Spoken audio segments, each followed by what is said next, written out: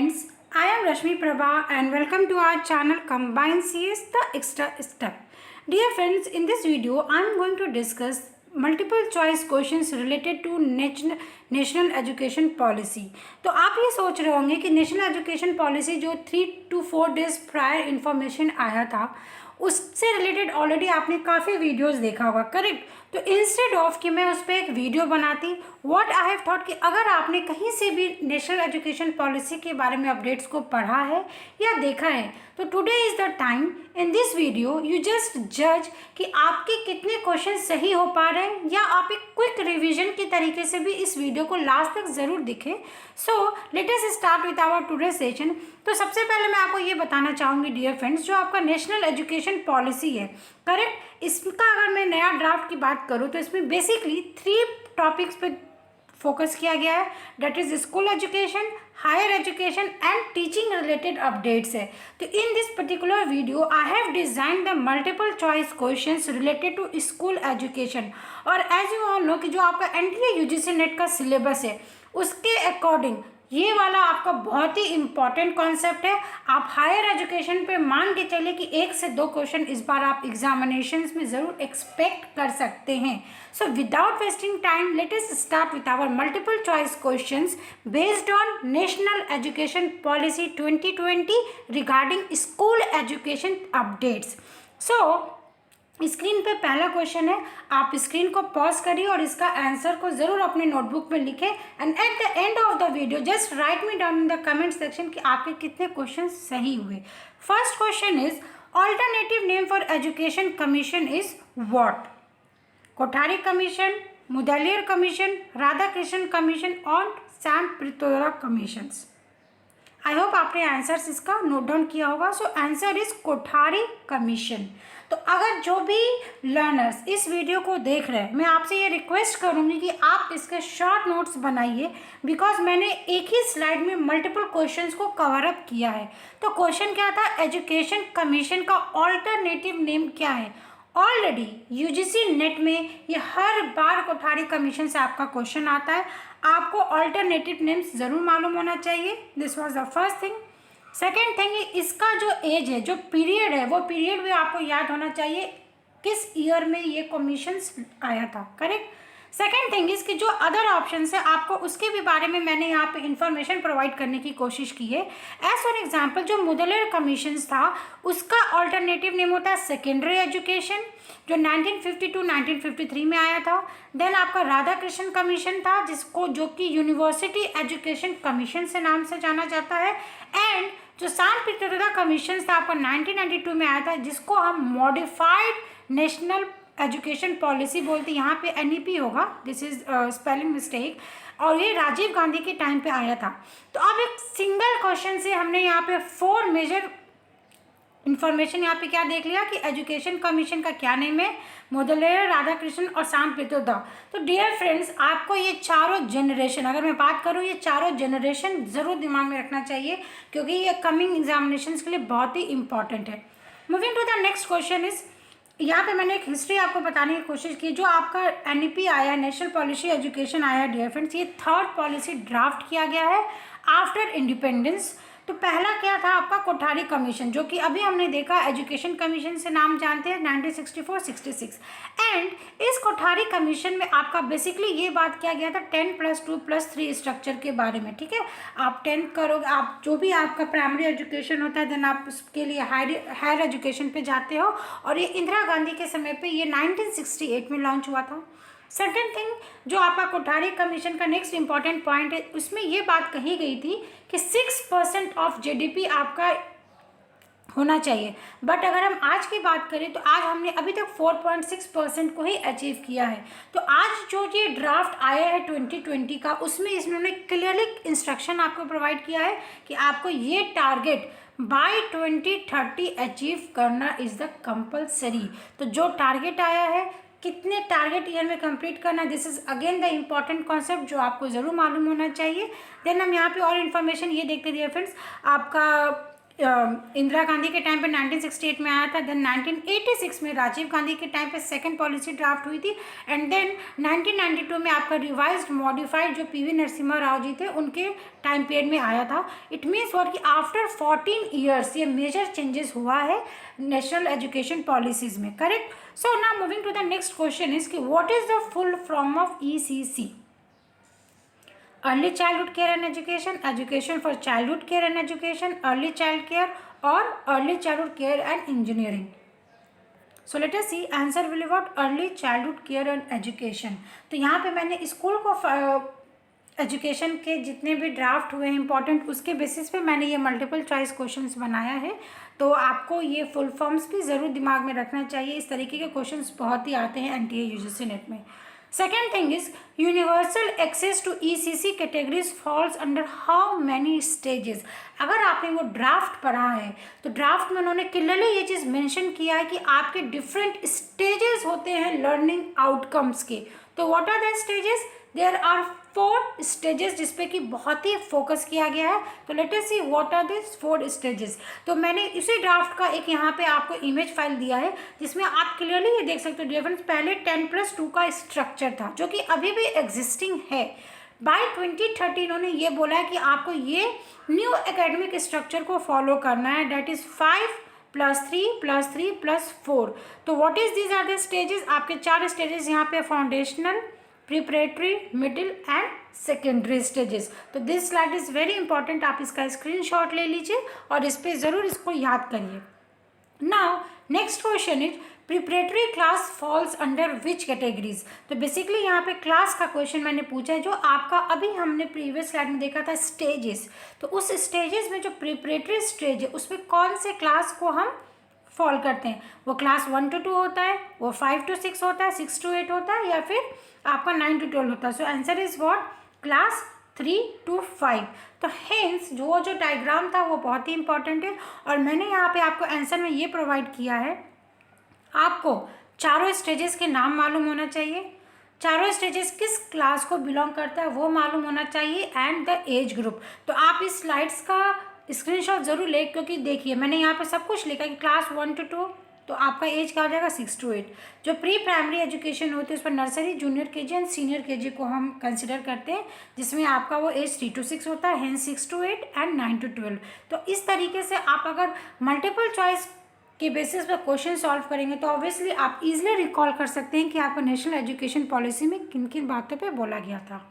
Moving to the next question is arrange in increasing order new academic structure. जो हमने अभी देखा, जो हमारे ड्राफ्ट में आया है न्यू एकेडमिक स्ट्रक्चर, उसका स्टेजेस किस तरीके से आपको इंक्रीजिंग ऑर्डर में स्टेजेस बताना है। वो फाउंडेशनल, प्रिपरेटरी, मिडिल सेकेंडरी होगा या फिर मिडिल प्रिपरेटरी होगा, क्या होगा? So let us see answer is what? Answer is 1, because आपका ये बेसिक स्ट्रक्चर होता है जिसमें बच्चे होते हैं, देन आपके इसमें 6 to 8 के स्टूडेंट होंगे, देन यहाँ पे मिडिल स्कूल होगा आपका 8 to 10 एंड हेयर 10 to 12। तो इस तरीके से आपको इंक्रीजिंग ऑर्डर में बोला था तो आंसर क्या हो जाएगा 1। अगर क्वेश्चन ये पूछता डिक्रीजिंग ऑर्डर में तो आपका आंसर क्या हो जाएगा? ऑप्शन 4, और ऑप्शन 2 और ऑप्शन 3 आपका यहाँ पे रॉन्ग है। नाउ यहाँ पे हम ये एक बार फिर से रिकॉल करते हैं dear friend. See foundational, preparatory, middle and secondary, ये 4 आपके स्टेजेस हो गए और ये सीक्वेंस बहुत इंपॉर्टेंट है। नेक्स्ट थिंग इज कि अभी जो हमने बात की थी आपका 5 ईयर का प्रोग्राम है, 5, 3, 3, 4, करेक्ट। तो 5 में आपका क्या आता है? Class 1 and 2 and pre primary आएगा, देन आपका प्रिपरेटरी में क्लास 3 to 5, देन आपका 6 to 8 आएगा मिडिल स्टेज में, एंड 9 to 12 आपका आएगा सेकेंडरी स्टेज। तो you must learn what are the stages, what are the class group and what are the age groups. Now यहाँ पे मैंने और एक स्लाइड में आपको डिटेल्स में बताया कि what are the things that is included in those particular stages. Like as for example यहाँ पे अगर मैं बात करूँ फाउंडेशनल स्टेज की, तो इसमें multi level play activity based and learning पे बेसिकली फोकस किया जाता है। तो अगर आपको ऐसा मालूम होगा डेफिनेट जिनके छोटे बच्चे होते हैं बेसिकली आफ्टर 2 years हम लोग उनको डे केयर में रखते हैं। डे केयर में प्री प्राइमरी स्कूल होते हैं जिसमें उनको अगर एप्पल बताना है कि व्हाट इज़ एन एप्पल, तो वहाँ पे एक एप्पल का फोटो होगा या वो उनको एक एप्पल देंगे, देन वो दे आर इजीली अंडरस्टैंडेबल कि उस by the touch, by the feel, मतलब एक्टिविटी कर करके हम वहाँ पे बच्चों को सिखाते हैं। तो बेसिकली ये जो पूरी ड्राफ्ट पॉलिसी आई है, इसमें आपका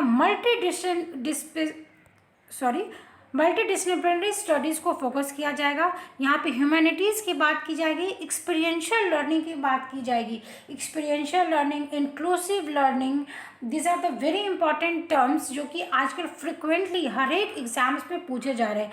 अगर वो टेट का हो जो कि सेंट्रल लेवल पे होता है या स्टेट लेवल के एग्जामिनेशंस होते हैं, तो जो भी लर्नर्स अगर वो किसी भी कॉम्पिटिटिव एग्जामिनेशंस के प्रिपरेशन करें, this video is very important, इसलिए आप इसको ज़्यादा से ज़्यादा जरूर शेयर अप करें। नाउ यहाँ पे हम नेक्स्ट क्वेश्चन देखते हैं। Transformation in circular form structure 10+2+3 into, जो हमारा प्रीवियस एकेडमिक स्ट्रक्चर था 10+2+3, अब उसको किस में रिफॉर्म किया गया है? तो this is very easy question, 5+3+3+4। Now MHRD renamed as what? ये अगेन एक दूसरा यहाँ पे बहुत इंपॉर्टेंट अपडेट है डियर फ्रेंड्स। जैसा आप देखोगे यहाँ पे क्या फोकस किया गया कि एक सिंगल रेगुलेटरी पे फोकस किया गया। सिंगल रेगुलेटरी मीन्स व्हाट, कि जैसे आप देखोगे कुछ यूनिवर्सिटीज़ होते हैं जो यूजीसी के गाइडलाइंस को फॉलो करते हैं, कुछ यूनिवर्सिटीज़ जैसे इग्नू है वो अपना करिकुलम बनाते हैं, एआईसीटीसी का अलग होता है। तो अब यहाँ पे ये बोला गया है कि अलग अलग मिनिस्ट्रीज़ इस पर अपने अपने मत नहीं देगी। आपको क्या करना है, इसको रीनेम करना है। तो रीनेम किससे किया गया है? Education ministry, ministry of education या MOU। तो answer is what? A and B। अगर आप एजुकेशन मिनिस्ट्री बोलिए या मिनिस्ट्री ऑफ एजुकेशन बोलिए, बोथ था सेम। तो अब MHRD का नाम आप इस तरीके से अपने एग्जामिनेशंस में सुनेंगे। नाउ एक राइट टू एजुकेशन एक पॉलिसी आई थी, इसका एज ग्रुप क्या था जो हम पहले पढ़ते हैं कोठारी कमीशन में? 3 to 18, 6 to 14, 3 to 16 और 6 to 18। तो आंसर इज व्हाट? 6 to 18। तो अभी तक 8th क्वेश्चन में आपके कितने क्वेश्चन सही हुए मुझे कमेंट सेक्शन में ज़रूर बताइएगा। Now next question is foundational stage, जो कि 5 years का होता है, उसका ब्रेकअप किस तरीके से होता है? तो मैंने यहाँ पे सिंपली आपको आंसर ही प्रोवाइड किया है, तो आपको इसका ब्रेकअप ज़रूर पता होना चाहिए। ब्रेकअप में क्या होता है? बेसिकली ये 3+2 का एक स्ट्रक्चर को फॉलो करता है। 3 मीन्स व्हाट? जो आपके एज होते हैं 3 to 6 ईयर के बच्चे होते हैं, जो कि आंगनवाड़ी, प्री स्कूल और बाल वाटिका जैसे ऑर्गेनाइजेशंस का ये पार्ट है। तो ये बेसिकली आपके जो गवर्नमेंट स्कूल्स होते हैं वहाँ पे आंगनवाड़ी का कॉन्सेप्ट है। और अब ऐसा बोला गया है न्यू एजुकेशन पॉलिसी में कि जितने भी प्राइवेट स्कूल्स है ऑब्वियसली वो प्री स्कूल का कॉन्सेप्ट को इम्प्लीमेंट करते हैं, तो उनको भी आंगनवाड़ी जैसा शुरू करना है, ठीक है। एंड आपका 2 years में क्लास 1 and 2 आ जाएगा।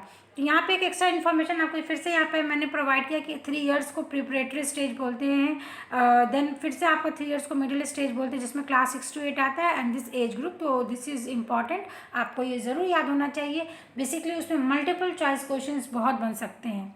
Now next question is what is the full form of NCPFECE? National curricular and pedagogy framework for early childhood education और national curricular and pedagogy foundation for early childhood education. तो आप read करिए और इसका answer provide करिए। तो answer is what? National curricular and pedagogy framework for early childhood education. तो आपको ये ज़रूर दिमाग में रखना चाहिए कि ये एजुकेशन से रिलेटेड बहुत सारे चेंजेस हो रहे हैं, तो full form is very important to learn.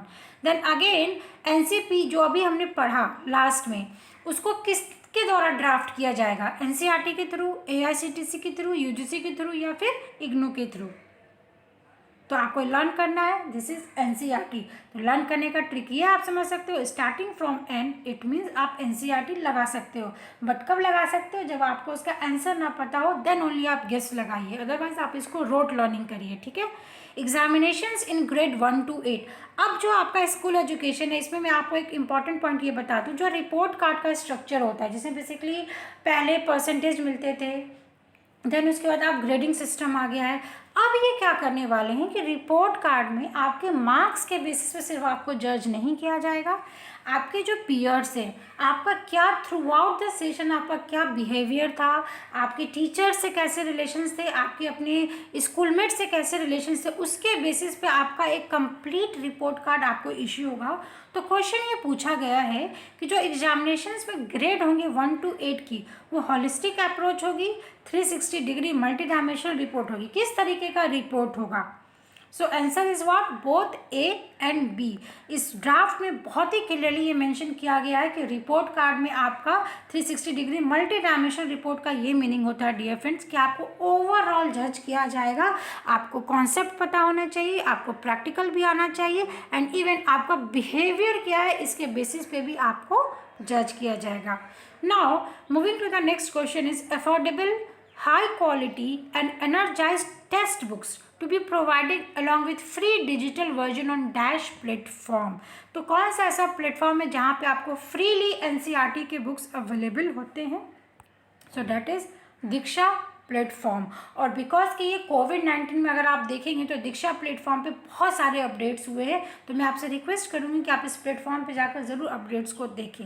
Now this is again one of the next important question, what is a full form of Parakh, performance assessment review and analysis of knowledge और holistic development, और performance analysis और performance assessment research and analysis, progress assessment review and analysis. तो इसलिए मैंने आज ये question बनाया है डियर फ्रेंड, बिकॉज आपने काफ़ी सारे चैनल्स पे नेशनल एजुकेशन पॉलिसीज़ के थॉट्स को पढ़ा है, न्यूज़ चैनल पे देखा है, डिफरेंट वेबसाइट्स पे देखा है, but this is the first time कि मैंने उसको रिव्यू करके और थोड़ा मैंने टाइम लिया, 2-3 दिन का टाइम लिया, और मैंने इस पर क्वालिटी बेस्ड आपको मल्टीपल चॉइस क्वेश्चंस प्रोवाइड करने की कोशिश की है, सो दैट कि आप इजीली कॉम्प्रीहेंड कर सको कि किस तरीके के इसमें अपडेट्स हुए और आपको उसको कैसे लर्न करना है, सो दैट कि एग्जामिनेशंस में आप इजीली उसको रिलेट कर सको। तो परख का फुल फॉर्म क्या हो जाएगा, performance assessment review and analysis of knowledge for holistic development. Next question is, transforming the culture of assessment in school education will be done by whom? NAAC, NSE, UGC, AICT, NTA। क्या होगा इसका answer dear friends, तो इसका answer हो जाएगा NAAC. तो यहाँ पे मैंने आपको एक इम्पॉर्टेंट पॉइंट ये बताना चाहूँगी, जो स्कूल एजुकेशन में ट्रांसफॉर्म हो रहा है कल्चर ऑफ असेसमेंट, ठीक है। तो यहाँ पे असेसमेंट की बात की गई है, तो आप इसका आंसर ये लगा दोगे NAACC, नहीं। तो इसलिए मैंने क्वेश्चन यहाँ पे कोट किया है, आप उस ड्राफ्ट को बहुत ही ध्यान से पढ़िए। नैक नेशनल एग्रीगेशन काउंसिल है, ये इसके कल्चर ऑफ असेसमेंट को ट्रांसफॉर्म करेगा, ठीक है। बिकॉज ये जो एडवाइजरी बोर्ड है, ये बोर्ड बेसिकली आपका असेसमेंट एंड एग्रीगेशन और काउंसिल प्रोवाइड तो करता है, बट जो स्कूल एजुकेशन है वो अब इस पर फोकस करेगा। और जो UGC है, AICTE है, इन सब का कॉन्सेप्ट अब धीरे धीरे हटा दिया जाएगा। एक कॉमन यहाँ पे आपका सिंगल रेगुलेटरी बॉडी बनेगा, करेक्ट। और जो NTA है, NTA तो बेसिकली आपका नेशनल टेस्टिंग एजेंसी है, जो कि अब इसके भी एग्जाम्स को कंडक्ट करेंगे। Now moving to the next question is multilingualism and the power of language learning. किस एज ग्रुप में ऐसा बोला गया है इस ड्राफ्ट में कि जो बच्चे हैं, बच्चों को मदर टंग या उनके रीजनल लैंग्वेजेस को ज़रूर पढ़ाना है। किस क्लास के बच्चों को, 3, 5, 7, 8। तो दिस इज़ व्हाट, जो 5th स्टैंडर्ड के बच्चे हैं उनको उनके मदर टंग में ज़रूर पढ़ाना है। इट मीन्स व्हाट कि जैसे कोई बंदा महाराष्ट्र का है तो उसको मराठी उसके करिकुलम में होना चाहिए। अगर कोई मद्रास का है तो उसको मद्रास का जो नेटिव लैंग्वेज है, तमिल या तेलुगु जो भी वहाँ पे लोग बोलते हैं, या कन्नड़ जो भी है, तो ये सब जो मदर टंग है वो बच्चों को आना चाहिए। तो जैसा आप देखोगे कि जो भी हमारे इंटरनेशनल स्कूल्स वगैरह होते हैं वो बेसिकली इंग्लिश पे फोकस करते हैं। तो ऐसा बताया गया है कि जो हमारे फॉरेन के स्टूडेंट्स हैं वो इंडिया में आके कल्चर सीखते हैं, यहाँ पे वो आर्ट सीखते हैं, तो why not Indian students should be focused more about on their mother tongue. तो इन सब बातों का ध्यान में रख के एक्चुअली ये बहुत ही अच्छा ड्राफ्ट आया है, जिसमें बहुत सारी चीज़ों को दिमाग में रखा गया है। तो अगर ये ड्राफ्ट अच्छे से इम्प्लीमेंट होता डियर फ्रेंड्स, तो हमारे जो डेवलपिंग कंट्री का टैग है इंडिया के ऊपर, ऑब्वियसली वो आने वाले समय में एक बहुत ही अच्छा उभर के सामने आएगा। Now what is the full form of triple SA full form? तो आई होप आपने अभी तक देख लिया होगा स्टेट स्कूल स्टैंडर्ड्स अथॉरिटी। तो ये सारे जो ड्राफ्ट हैं उस ड्राफ्ट में ये सारे फुल फॉर्म्स गिवन है, तो इसलिए मैंने यहाँ पे कोट किया बिकॉज स्कूल एजुकेशन से रिलेटेड ये छोटे छोटे क्वेश्चंस बहुत ही इंपॉर्टेंट हो जाते हैं। What is the full form of again SQAAF? So it is school quality assessment and accreditation framework. और यहाँ पे एक इम्पॉर्टेंट पॉइंट ये है, जो आपका quality assessment and accreditation framework है वो किसके थ्रू दिया जाएगा? तो NCERT एंड SCERT। बेसिकली ये नेशनल आपका सेंट्रल एजुकेशनल है और ये आपका स्टेट लेवल पे है। Now 19th question is class 6 with internship program will start. अब इस ड्राफ्ट में ये भी बोला गया है कि जो क्लास 6 के स्टूडेंट हैं उनको उनके करिकुलर जो सिलेबस है उनके साथ उनको एक इंटर्नशिप प्रोग्राम की भी फैसिलिटीज़ होगी। तो क्या होगा? उनको फंडामेंटल एजुकेशन सिखाया जाएगा, उनको कोडिंग स्किल्स सिखाई जाएगी, या उनको वोकेशनल एजुकेशन दिया जाएगा, या फिर उनको टेक्नोलॉजी इन्हांसमेंट प्रोग्राम्स बताया जाएगा। तो आई होप आपको आंसर मालूम होगा। आपको answer is what? Vocational education. इसलिए इस पे जोर दिया गया है कि आप ऐसा समझिए, अभी आपके घर में सपोज एक टैप है, वो टैप ख़राब होती है तो आप एक प्लम्बर को बुला लेते हो। आपको सपोज लाइट चेंज करना है, फ़ैन में कुछ प्रॉब्लम होती है तो आप इलेक्ट्रीशियंस को बुला रहे हो। तो नहीं, बेसिकली आपको एक ह्यूमन बीइंग, आपको एक उभरता हुआ ऐसा ह्यूमन बीइंग बनाने की कोशिश की जा रही है कि आपको सिर्फ बुकिश नॉलेज नहीं होना चाहिए। You must learn social values and value education आपको प्रोवाइड करना चाहिए, सो दैट कि आप एज अ ऐसे पर्सन निकल कर उभर के सामने आओ, उसको सिर्फ फिजिक्स या केमिस्ट्री की नॉलेज ना हो, उसको टेक्नोलॉजी भी आती हो, उसकी इंग्लिश भी अच्छी हो, उसको हिंदी भी आती हो, उसको संस्कृत भी आती हो, एंड इवन उसको ये भी पता हो कि कैसे कम्युनिटी या किसी भी सोसाइटी में बिलोंग करना है और किस तरीके से एक अच्छा इन्वायरमेंट को सस्टेन करना है। Now this is the last question. Prior to the age of 5-year child will move to a preparatory class or dash। Question का मैं आपको मीनिंग समझाती हूँ कि जो प्रिपरेटरी क्लास का स्टेज था, ठीक है, तो ये कौन सा स्टेज था? तो वहाँ पे आपके पता होगा, हमने क्या पढ़ा था? 5 3 3 3 + 4। तो आपका ये जो 3 है ये आपका प्रिपरेटरी स्टेज है। तो क्वेश्चन क्या पूछा? उसके प्रायर वाला, मतलब ये 5th वाला। तो 5th में हमने क्या पढ़ा था? इसमें बेसिकली आपके nursery, junior KG, senior KG and class 1-2 था, करेक्ट। उसमें उन्होंने ये पूछा है कि इसको किस में मूव करना है। तो मूव किस में करना है? बाल वाटिका में, आंगनवाड़ी सिस्टम में, प्री स्कूल में, या तीनों में, या फिर किसी में नहीं। तो आई होप ये इजी क्वेश्चन हो गया अगर मैंने आपको एक्सप्लेन किया। तो question answer is what? All. हमने अभी देखा था स्लाइड्स में, इसमें बाल वाटिका, आंगनवाड़ी और प्री स्कूल तीनों एक ही टर्म्स का नेम है। तो हेंस मैंने ये कोशिश की है डियर फ्रेंड्स कि जो नेशनल पॉलिसी एजुकेशन है उसमें जो स्कूल एजुकेशन को मैंने फोकस करके ये मल्टीपल चॉइस क्वेश्चंस बनाया। तो if you like the session, मैं आपसे ज़रूर रिक्वेस्ट करूँगी, because this is the important topic, आप इसको ज़्यादा से ज़्यादा अपने फ्रेंड्स को शेयर करें and please write me down कि आपका आउट ऑफ 20 कितना सही हुआ। बिकॉज मैंने ऐसा नोटिस किया कि कंटिन्यूसली 3 to 4 डेज से बहुत सारे ऐसे नोटिफिकेशंस आ रहे हैं NPE पे। तो आप मुझे ज़रूर बताइए कि आपको आज का सेशन कैसा लगा, और stay tune for the upcoming next video, because in the coming subsequent video I will be discussing about higher education updates, और उस पर भी मैं सेम तरीके से मल्टीपल चॉइस क्वेश्चंस को ही लेके आऊँगी। सो विद दीज वर्ड्स, अगर अभी तक आपने मेरे चैनल को सब्सक्राइब नहीं किया, I will also request do subscribe my channel, because मैं अगर कंप्यूटर साइंस को फोकस कर रही हूँ अपने चैनल पर डियर फ्रेंड्स, तो मैं उसके सारे इंपॉर्टेंट टॉपिक्स को डिस्कस कर रही हूँ, एंड इवन पेपर 1 में भी मैं आपके सिर्फ इंपॉर्टेंट पॉइंट्स को ही कवर अप कर रही हूँ, बिकॉज जनरल तो सबको मालूम है, वी मस्ट फोकस ऑन कि आपका एग्जाम पर्सपेक्टिव से क्या क्या टॉपिक्स इंपॉर्टेंट है। So I hope you like the session. तो आप इसको ज़रूर अपना फीडबैक प्रोवाइड करें, चैनल को सब्सक्राइब करना ना भूलें, and if you like the session please hit the bell icon for the upcoming videos. And आपके कोई भी क्वेरीज है, सजेशंस है, या कोई भी डाउट्स है, please put down in comment section. Thanks for watching. Thank you so much.